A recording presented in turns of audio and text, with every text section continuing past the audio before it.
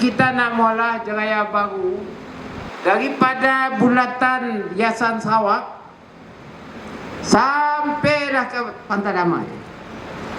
Jalannya 4 lorong.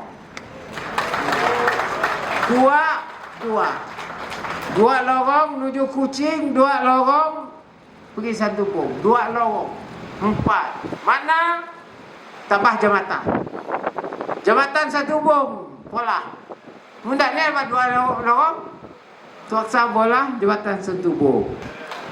Daya derayanya bagi 3. Nak menuju situ bagi 3.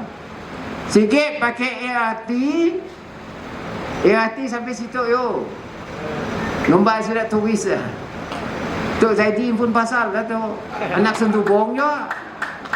Jadi yang mana saya cocok kita pola halang-halangnya. Halang-halang lah, salah duit je.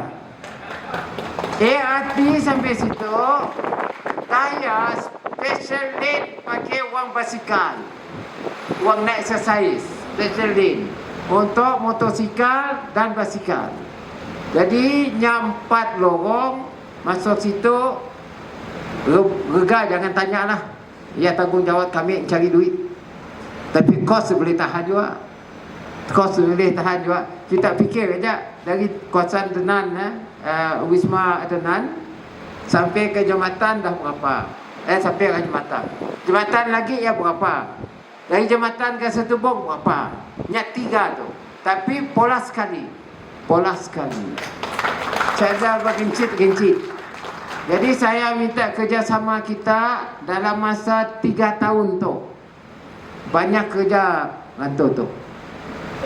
Dari kelak banyak jam ke apa tu, jam jaja. Jangan salah Dr. Rahman. Kerana tu kita nak membangun kawasan kita. Akhirnya kawasan kita adalah kawasan di Bandar Wang Putih Prime yang terkemuka di Bandaraya Kuching dengan archaeological parknya. Dan juga satu lagi ialah dalam perancangan kita mula jeti panjang untuk cruise singgah situ, pelancong lah. Dan juga kita tahu pergi ke Santubong kelak kena Jaya dah besar, bertemu dengan simpang Buntal, masuk ke Buntal Jaya baru sini tu. Sila lagi siap menuju Bako. Sila lagi siap. Saya fikir dalam masa setahun tu Jaya ya siap. Bermakna kalau jalan ya siap, tanah berbuka. Jadi kita malah lagi skim perumahan lagi. Karena orang banyak kini itu. Jadi kita